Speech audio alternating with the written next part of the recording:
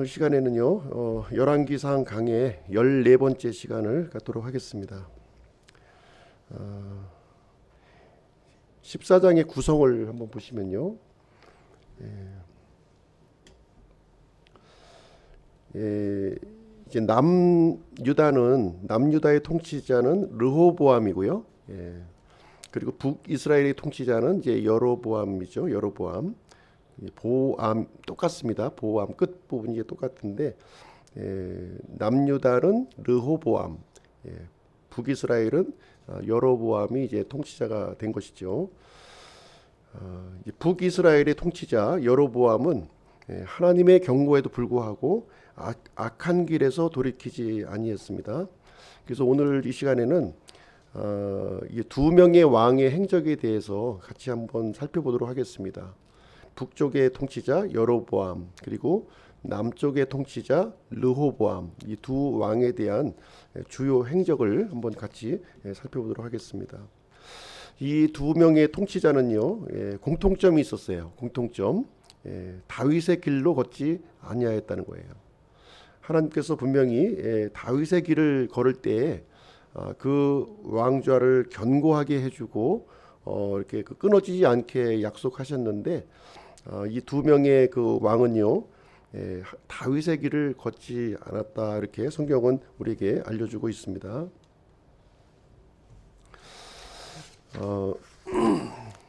13장 32절 한번 보실게요. 13장 32절.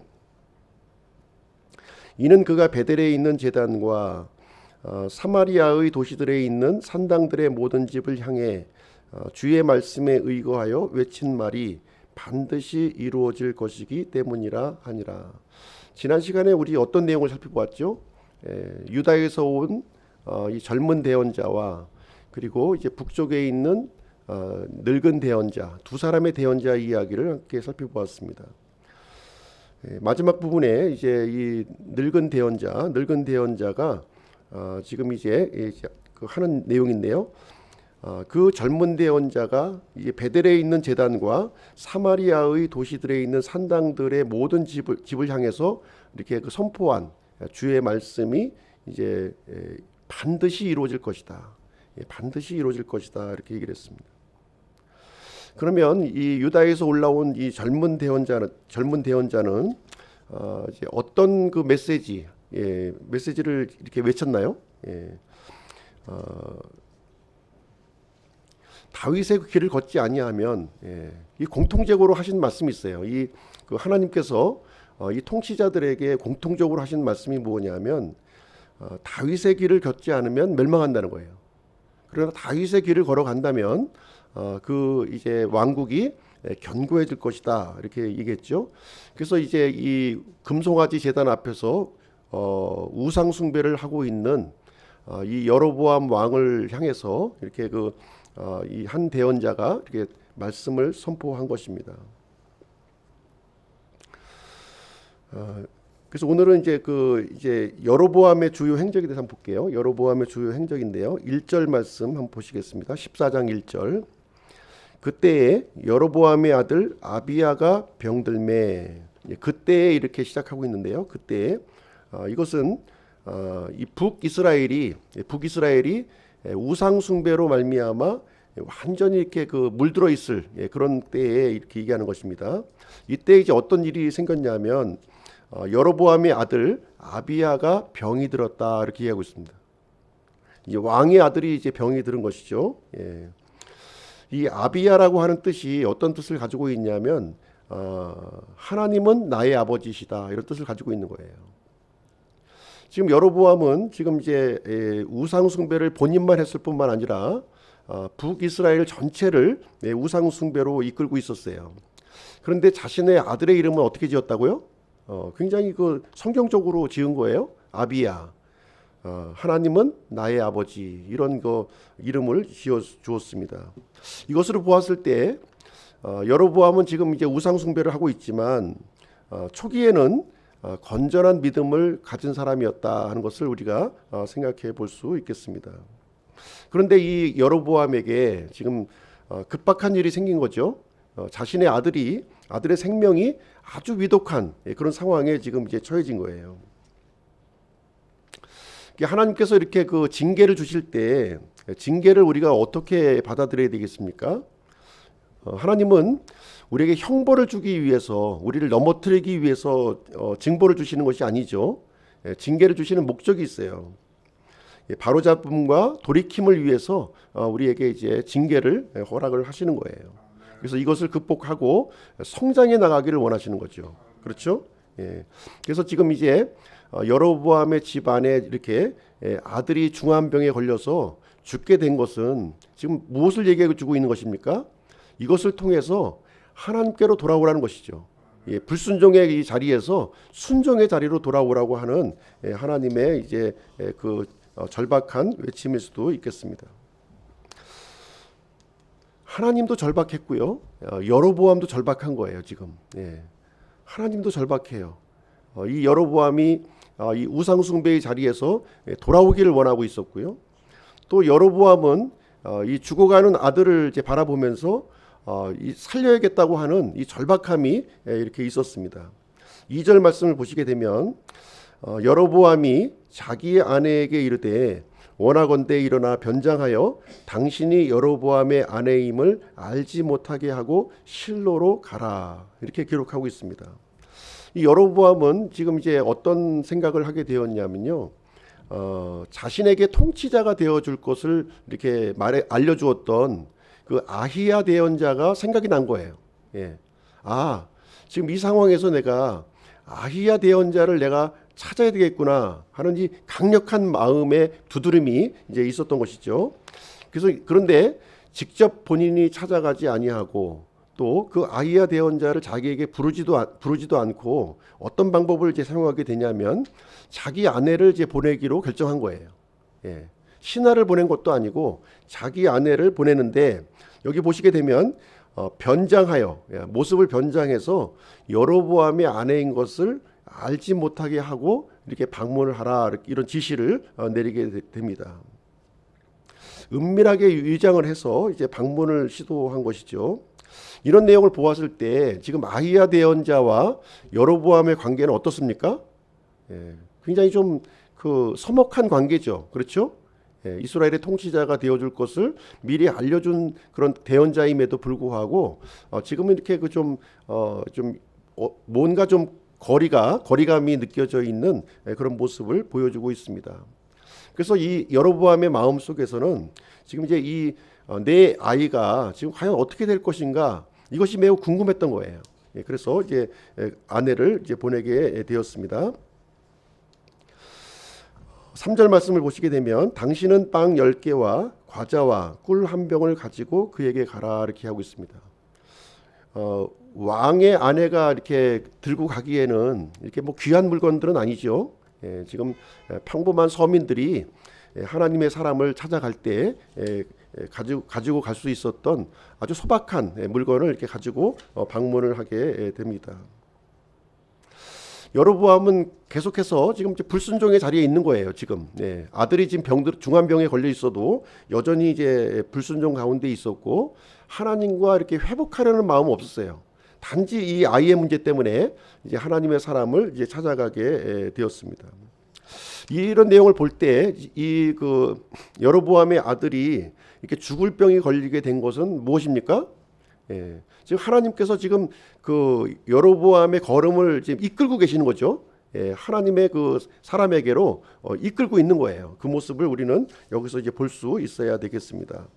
4절 말씀 한번 보실게요. 4절. 여로보암의 아내가 그대로 행하여 일어나 실로로 가서 아히야의 집에 다다랐으나, 근데 지금 아히야의 그 이 몸의 상태를 보니까 지금 굉장히 또 그 어떤 모습을 가지고 있냐면 거동하기가 힘든 그런 그 이제 상황에 있었던 거예요. 나이가 많이 들었고 눈이 이제 굳어져서 앞을 볼 수가 없는 그런 상황이었던 것입니다. 사실 이제 아히야 입장에서도 이 여로보암을 찾아가고 싶었지만 찾아갈 수 없었던 거예요. 그렇죠? 움직일 수 없는 그런 상황에서 지금 이제 여로보암을 자신에게로 지금 이제 이끌고 있는 그런 상황이 이제 되겠습니다. 그래서 이 아히야는 지금 실로에 지금 머물고 있었는데요. 실로라고 하는 땅인데요. 이 북이스라엘 땅에서 하나님의 말씀을 전할 수 있는 유일한 대언자였다는 거예요.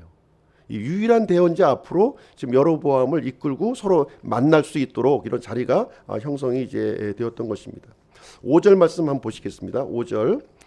주께서 아히야에게 이르시되 보라 여로보암의 아내가 자기 아들이 병들었으므로 그를 위해 내게 한 가지 일을 물으러 오고 있으니 너는 그녀에게 이러이러하게 말하라. 그래서 하나님께서는 이 아히야 대언자에게 대답해야 될 그 말을 이렇게 알려주신 거죠. 예. 지금 아들이 병이 들어서 지금 이제 궁금해서 그 일을 물으러 오고 있는데 여로보암의 아내에게 이러이러한 말을 이렇게 알려주라 이렇게 지금 얘기를 해주고 있어요. 그 내용이 이제 7절부터 10절까지 이제 어떻게 얘기할지 그 내용을 지금 설명해주고 있는데요. 어떤 내용을 이제 지금 이 여로보암의 아내에게 말해주고 있냐면 7절 말씀을 보시게 되면 이 여로보암을 하나님께서 이스라엘을 다스릴 통치자가 되게 해주셨다는 거예요. 그렇죠? 예. 그리고 다윗의 집에서 이 왕국을 찢어가지고 내게 주었다. 지금 이렇게 8절에 이렇게 기록이 되어 있습니다. 그럼에도 불구하고 9절 말씀에 보시면 이 여로보암이 이전의 모든 사람보다 더 악을 많이 행했다는 거예요. 그래서 하나님께서는 어떤 것을 결심하게 되었냐면 10절 말씀에서 여로보암의 집에 있는 남은 자들을 다 멸망하고 제거하겠다. 지금 이렇게 결정을 한 상태가 되겠습니다. 6절 말씀 후반절에 보시게 되면요. 6절 말씀 후반절 이 아히야 대언자는 지금 변장하고 왔지만 정확하게 알아보았죠. 여로보암의 아내라고 하는 사실을 알았습니다. 그래서 들어오라 이렇게 얘기하면서 내가 어찌하여 다른 사람으로 가장하느냐 내가 엄중한 소식을 전하라고 내게 보내어졌느니라. 지금 여로보암의 아내가 온 것은 어떻다는 거예요? 지금 보내어졌다는 거죠. 지금 지금 본인이 자발적으로 지금 이제 찾아온 것처럼 이렇게 되지만 실질적으로는 이 여로보암의 아내의 발걸음을 누가 인도하신 거예요? 하나님께서 인도하셨다는 거예요. 하나님께서 인도하셔서 지금 이제 여로보암에게 마지막 메시지를 지금 이제 전달하고 있는 거예요. 엄중한 소식을 전달할 수 있도록 하기 위해서 지금 이 상황을 하나님께서 만들고 계시다는 것을 여기서 알려주고 있는 내용이 되겠습니다.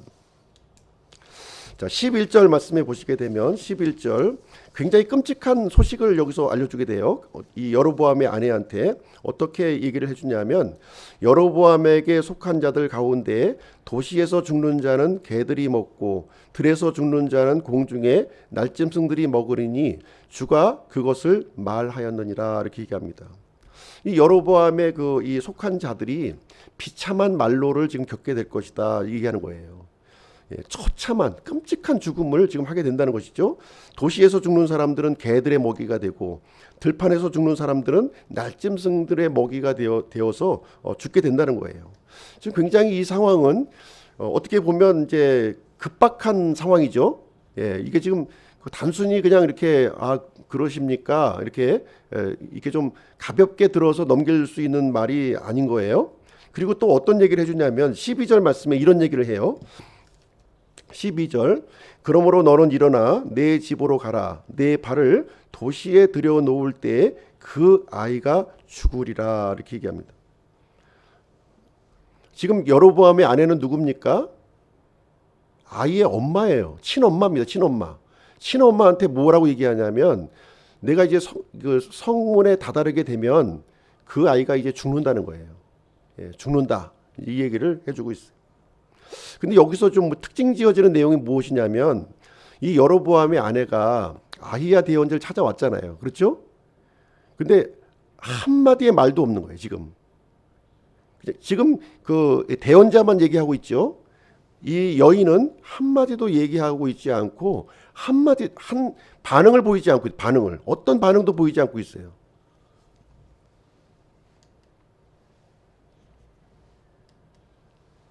반응이 없어요. 지금 자기 남편의 이스라엘의 통치자가 지금 이제 완전히 멸망한다. 지금 얘기를 들었고요. 뿐만 아니라 자신이 낳은 아이가 죽는다는 거예요, 지금. 그 얘기를 들었는데도 불구하고 이 얘기를 듣고 아무런 그 감정도 없고 말도 없는 모습을 보여주고 있는 거예요. 예수님께서 이런 얘기를 하셨어요. 마태복음 11장 17절. 우리가 너희를 향해 피리를 불어도 너희가 춤추지 아니하였고 우리가 너희를 향해 애곡하여도 너희가 애통하지 아니하였다 하는 아이들과 같도다. 완전히 지금 이 그 여로보암의 아내는 죄로 말미암아 완전히 그 무감각해진 거예요. 어떤 말을 해줘도 이거를 심각하게 받아들이지 않는 아주 영적으로 완전히 죽어 있는 모습을 여기서 보여주고 있다고 하는 사실입니다. 아이가 죽는다고 하는데도 전혀 지금 이런 상황이 되면 어떻게 지금 이것을 우리가 벗어날 수 있느냐고 지금 물어야 되는 게 정상적인 거 아니에요? 통곡을 하고 지금 매달려야 될 그런 상황인데도 불구하고 아무 말도 안 하고 있어요. 그냥 가만히 듣고 있는 이 모습, 아이러니한 모습을 우리는 보게 됩니다. 한 가지 더 얘기를 하는데요. 13절 말씀을 보시게 되면 이 아이의 이름이 아비야죠. 아버지. 아비야가 아들입니다. 죽는 아들이에요. 이 아들에 대해서 이렇게 설명을 해줍니다. 온 이스라엘이 그를 위해 애곡하고 그를 묻을 터인데 여로보암에게 속한 자 중에서 그만 무덤에 들어가리니 이렇게 합니다. 지금 무슨 얘기냐면 이 아이가 이제 죽을 텐데 죽으면 온 이스라엘 사람들이 아이를 위해서 애곡을 한다는 거예요. 애곡을 할 것이고 무덤에 들어가는데 이 아이만 들어간다는 거예요. 나머지는 무덤에 들어가지 못하고 어떻게 된다고요? 개들의 먹이 아니면 날짐승들의 먹이로 다 이제 이렇게 처참한 죽음을 맞이할 것을 얘기해주고 있는데 왜 이 아이만 지금 무덤에 들어가느냐 이제 그 얘기를 이제 해주고 있는 거예요. 왜 이 아이만 들어가냐면 이 아이에게 선한 일이 있었다는 선한 일. 선한 일이 뭔가요? 이 선한 일이 도덕 윤리적으로 이렇게 선한 일을 얘기하고 있습니까? 그게 아니죠. 지금 이 선하다 하는 것은 무슨 얘기냐면 하나님에게 속한 일을 한 거예요. 다시 말하자면 이 여로보암의 아들이지만 중병에 걸린 아들이었지만 지금 이 다윗의 길을 걷고자 했던 그런 사람이었다. 지금 이 얘기를 해주고 있는 겁니다. 그렇죠? 그래서 하나님께서는 이제 임박한 심판을 지금 얘기하면서요. 여로보암 집에 일어날 임박한 시험을 얘기하면서 이 선한 일을 한 이 아이를 이제 먼저 거두어 가시겠다는 거예요. 지금 먼저 거두어 가시겠다. 왜냐하면 이제 끔찍한 죽음이 앞으로 이제 전개가 되는 거예요. 여로보암의 집에 끔찍한 죽음으로 이렇게 이 아이를 버려두지 아니하시고 미리 거두시고 무덤에 이렇게 편안하게 이제 안장해 주신다. 다시 말하자면 지금 은혜를 베푸시고 있는 거예요. 지금 이 아이한테 은혜를 베풀고 있는 하나님의 모습을 이제 보게 됩니다. 그래서 의로운 사람은요, 불의한 사람과 함께 이렇게 심판을 받는 것이 아니죠. 그렇죠? 성경에 이런 예가 많이 있습니다. 그래서 노아의 홍수로 이제 이 세상을 심판하셨을 때에도 노아와 그 가족들은 이제 건져 주셨고 그 다음에 홍수로 이 세상을 심판하신 거예요. 소돔과 고모라 사건도 마찬가지입니다. 의로운 롯과 그의 가족들은 먼저 거두시고요. 그 다음에 불과 유황불로 이 세상을 심판해 주신 것입니다. 그래서 여로보암 집안의 이런 그 임박한 심판, 하나님의 이 진노의 심판에서 믿음을 가지고 있었던 이 아비야, 이 아들은 이렇게 먼저 거두어 가시고 심판을 하나님 집행하시게 되는 것입니다. 그래서 14절 말씀을 보시게 되면 이제 이 여로보암의 이 왕조가 끝나고 새 왕조가 출현할 것을 지금 이제 말씀을 해주십니다. 14절 말씀 보실게요. 또한 주께서 친히 이스라엘을 다스릴 한 왕을 친히 일으키실 터인데 그가 그날에 여로보암의 집을 끊어버리리라. 그런데 무슨 말이냐? 그날이 바로 지금이니라. 굉장히 심판이 지금 임박했다고 지금 얘기하고 있는 거예요. 그래서 이 여로보암 대신에 지금 이스라엘을 다스릴 한 왕을 하나님께서 세우시겠다는 거죠. 예. 그래서 그 내용을 얘기해주고 있고요. 그 사람을 통해서 여로보암의 집을 완전히 진멸시키겠다. 지금 이 말씀을 여기서 해주고 있는 내용이 이제 되겠습니다. 자, 16절 말씀 보겠습니다. 16절 여로보암의 죄를 이제 설명해주고 있는데요. 스스로 죄를 짓고 이스라엘을 죄짓게 한 여로보암의 죄들로 인해 16절 말씀입니다. 그분께서 이스라엘을 버리시리라 이렇게 말씀하셨습니다. 하나님은요 일관된 말씀으로 이렇게 다스리고 있는 것이죠. 예. 그래서 죄는 하나님의 분노를 일으키는 것이고요. 여로보암은 이 반복되는 그 하나님의 경고, 이 기회에도 불구하고 하나님의 경고를 받아들이지 아니했다는 거예요. 자신만 죄를 지었을 뿐만 아니라 온 이스라엘을 우상 숭배의 길로 이렇게 인도하는 짓을 하게 되었습니다. 그래서 하나님의 말씀이 그대로 이제 여로보암의 집에 성취가 되는데요. 그 내용을 한번 보시겠습니다. 20절 말씀입니다. 여로보암이 통치한 날들은 22년이었으며 그가 자기 조상들과 함께 잠드니 그의 아들 나답이 그를 대신하여 통치하니라. 22년 동안 그 이스라엘을 통치했고요. 여로보암을 이어서 누가 왕이 되었다고요? 예, 나답. 예, 여로보암의 아들 나답이 대신하여서 통치를 하게 됩니다. 그래서 22년간 이스라엘을 통치했지만 사실은 이 기간은요 하나님께서 주신 기회의 기간이었어요. 회개하라고 돌아오라고 하는 그런 기간이었어요. 그 기회를 붙잡지 못하고 여로보암은 이제 죽음을 맞이하게 됩니다. 그리고 나서 나답이 대신해서 북이스라엘의 왕이 이제 되게 됩니다. 북이스라엘의 왕이 되는 거예요. 그리고 이제 장면이 바뀝니다. 장면이 바뀌어서 이제 남유다의 이야기를 또 하는 거예요. 남유다의 왕은 누굽니까? 예, 르호보암. 예, 르호보암의 이야기가 이제 시작이 됩니다. 21절 한번 보실게요. 21절. 솔로몬의 아들 르호보암이 유다에서 통치하니라. 르호보암이 통치하기 시작할 때 41세였으며. 자, 여기서 이제 르호보암의 그 출생을 한번 보시게 되면 이제 솔로몬의 아들이었죠. 예, 르호보암은 솔로몬의 아들이었어요. 솔로몬은 이스라엘을 몇 년 통치했나요? 예, 40년. 40년 통치한 거예요. 그럼 르호보암은 언제 태어났냐면 솔로몬이 왕이 되기 1년 전에 출생한 거예요. 그렇죠? 예, 1년 전에 출생을 하였고 40년 동안 솔로몬이 통치하는 모든 모습을 지켜보면서 성장을 한 겁니다. 그리고 나서 지금 이제 솔로몬이 죽은 이후에 41살이 되어서 이제 남유다의 통치자가 된 거예요. 그렇죠? 이 사실을 우리에게 알려주고 있습니다. 근데 21절 말씀을 보시게 되면 르호보암의 어머니가 소개가 되고 있는데요. 르호보암의 어머니, 그 어머니가 누구냐면 암몬 여인 나아마였다 이렇게 얘기해 주고 있어요. 암몬 여인, 그러니까 이 암몬 여인이라고 하는 것은 이방인입니다. 이방 여인 나아마였다. 솔로몬에게는 이제 그 아내가 300명이었고 첩이 700명, 1000명이나 됐잖아요. 그렇죠? 처첩이 700명이 되었는데 그 중에서 르호보암이 솔로몬의 그 통치를 승계한 거예요. 경쟁이 굉장히 심했겠죠. 경쟁이 아마 그 수천 대 1은 됐을지도 모르겠어요. 수천 대 1의 경쟁률을 뚫고 르호보암이 차기 왕으로 이렇게 선임이 된 것입니다. 아마도 여기에 결정적인 역할을 해준 사람이 그 아마 어머니였을 거예요. 이 암몬 여인 나아마가 아마 결정적인 역할을 여기서 해주게 되었을 것입니다.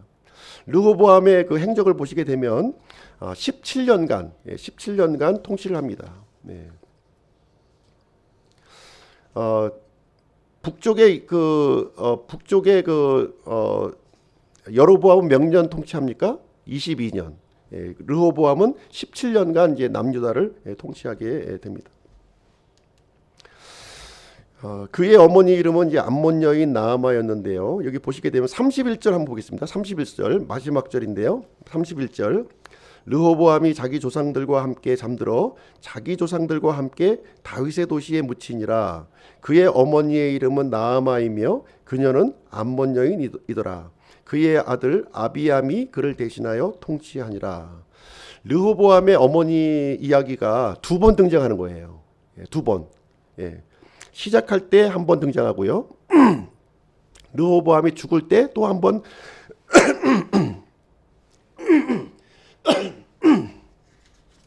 르호보암이 죽을 때 또 한 번 이렇게 등장해요.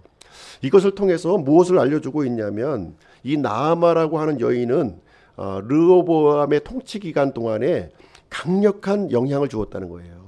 강력한 영향력을 주었다. 이 얘기를 해주고 있는 내용이 이제 되겠습니다. 이 나아마의 영향을 받은 르호보암 어떻게 이스라엘을 통치했을까요? 17년 동안 어떻게 통치했냐면 22절 말씀해 보시게 되면 22절 유다가 주의 눈앞에서 악을 행하였고 그들이 자기들의 조상들이 행한 모든 것보다 그들이 더 많은 죄를 지어 그것들로 그분의 질투를 일으켰으니 이렇게 하고 있어요. 그래서 르호보암이 어머니 나아마의 영향을 받아서 이제 한 일이 무엇이냐면 악을 행하였다는 거예요. 악을 하나님의 눈앞에서 악을 행하였고 참 조상들이 행한 모든 것보다도 더 많은 죄를 지었다. 지금 이렇게 얘기하고 있습니다. 그렇죠? 다윗의 길을 걷지 아니했어요. 다윗의 길을 걷지 않고 우상 숭배의 길을 걸었음을 얘기합니다. 그래서 푸른 나무 밑에 산당들을 이렇게 건축했고요, 형상들을 만들었고, 작은 숲들을 이렇게 조성했고, 남색하는 자들을 이렇게 그 성전에 두었다 이렇게 얘기를 해주고 있습니다. 24절 말씀을 보시게 되면 24절 그들이 주께서 이스라엘 자손 앞에서 쫓아내신 민족들의 모든 가증한 일을 본받아 행하였더라 이렇게 하고 있습니다. 이 르호보암을 통해서요 남유다 역시 완전히 우상 숭배로 지금 완전히 그 전국토가 변해 버린 거예요. 국가적인 행사로 이렇게 우상 숭배를 이렇게 진행했고요. 특별히 남색하는 자는 이 성전의 남창 제도를 얘기해주고 있는 거예요. 남창 제도. 단순히 동성연애 하는 것이 아닙니다. 성전에서 공식적인 의식으로 이게 남창 제도를 이제 시행을 했습니다. 이것을 하나님의 이름으로 이렇게 행해졌고요. 여기에 국가적인 이 재정이 여기에 투입이 되었습니다. 뿐만 아니라 이 가나안의 그 이방 민족의 문화를 마땅히 하나님을 본받고 구별된 민족으로 살아야 될 이스라엘 백성들을 가나안 문화를 본받고 살아가도록 이렇게 만들었다 이렇게 하고 있습니다. 르호보암 때 어떤 일이 이루어지게 되냐면요. 25절 말씀에 보시게 되면 이집트의 그 왕이었던 시삭이 침공합니다. 시삭이 25절 르호보암 왕의 제5년에 이집트 왕 시삭이 예루살렘을 대적하러 올라와 이렇게 하고 있습니다. 이집트하고 이스라엘은 어떤 관계입니까? 동맹 관계죠. 결혼 동맹을 한 사이예요. 그래서 이 솔로몬 왕은 파라오의 공주와 이렇게 결혼을 해서 이렇게 인척 관계에 지금 놓여져 있는데 그 이집트가 지금은 이제 그 연합군을 이제 형성해 가지고 지금 이제 이스라엘을 남유다를 공격하고 있는 그런 상황이 되겠습니다. 한 10만 대군을 이제 몰고 왔다고 그래요. 10만 대군을. 그랬을 때 전쟁을 하지 않았어요. 르호보암은 그냥 이 항복을 했고요. 그냥 무혈입성. 그대로 그냥 들어온 거예요. 그대로 점령을 하게 되었습니다. 그래서 성전과 왕궁의 모든 재물이 노략질을 당하게 되었습니다. 이 내용이 이제 고대 유대사 요세푸스가 지은 고대 유대사에 그대로 이제 기록이 되어 있습니다. 26절 말씀 보실게요. 26절 주의 집의 보물과 왕의 집의 보물을 빼앗되 다 빼앗고 또 전에 솔로몬이 만든 모든 금방패들을 빼앗음으로. 그래서 이 시삭이 한 일이 무엇이냐면 하나님의 성전과 이 솔로몬의 왕국에 있는 모든 보물들 전부 금으로 이제 되어 있었는데 모든 금들을 이제 다 가져갔다는 거예요. 솔로몬 때에는 그 굉장히 많은 금이 들어왔어요.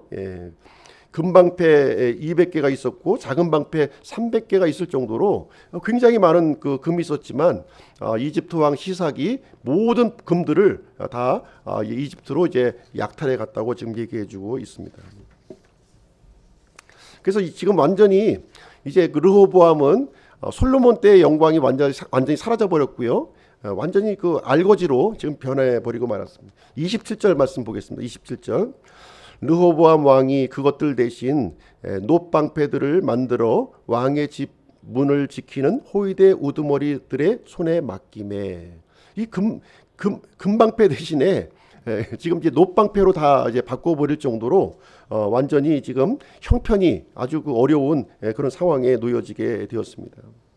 이 놋방패로 이렇게 바꾸었다고 하는 것은, 이 놋이라고 하는 것은 하나님의 심판을 지금 얘기하고 있는 거예요. 그래서 이제 남유다 역시 앞으로 이제 하나님의 심판으로 몰락할 것을 지금 예표적으로 보여주는 내용이 이제 되겠습니다.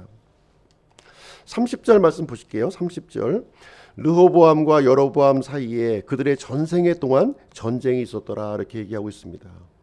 남쪽에 있는 그 르호보암, 북쪽에 있는 통치자 여로보암은 그들의 전생애 동안 이렇게 전쟁을 이렇게 했다고 얘기하고 있습니다. 왜 싸웠습니까? 이스라엘의 그 주인 자리를 놓고 싸운 거예요. 주인 자리. 이 두 사람은 공통적으로 하나님을 주인으로 섬기지 않았어요. 자신이 주인이었던 거예요. 서로 주인이 되기 위해서 전쟁을 이제 벌였고요. 그래서 하나님께서는 이 이스라엘의 평화를 거두어 가셨기 때문에 계속된 전쟁으로 이렇게 들어가게 되었음을 우리에게 알려주고 있는 내용이 되겠습니다. 자, 이 두 명의 그 왕 이야기를 우리가 좀 살펴보았어요. 이 두 명의 왕 이야기를 살펴보았는데, 인생의 주인은 누구십니까? 인생의 주인. 내가 주인인 것으로 착각하시면 안 된다는 거예요. 인생의 주인은 하나님이시라는 거죠. 하나님이라고 하는 사실을 얘기해주고 있고요. 하나님을 떠나서는 이렇게 끊임없는 전쟁과 분열과 갈등과 우상 숭배 속에서 살아갈 수밖에 없다고 하는 사실을 우리에게 얘기해주고 있습니다. 우리도 마찬가지예요. 우리도 인생의 주인을 하나님에게 돌리지 않고 내가 그 주인 노릇을 했을 때에는 르호보암과 여로보암과 같은 그런 길을 걸어갈 수밖에 없다, 이렇게 얘기합니다. 그래서 결론적으로 수치와 멸망에 이르게 된다는 거예요. 하나님께서 허락하신 이 모든 것들은 하나님을 더 섬기고 하나님을 영광스럽게 하기 위해서 주셨던 것인데, 그것을 가지고 이 다른 용도로 자신의 욕심을 채우고 자신이 주인 노릇하기 위해서 이게 사용하게 된다면 하나님께서는 주신 은혜를 다 거두어 가신다는 것을 우리에게 말씀해 주고 있습니다.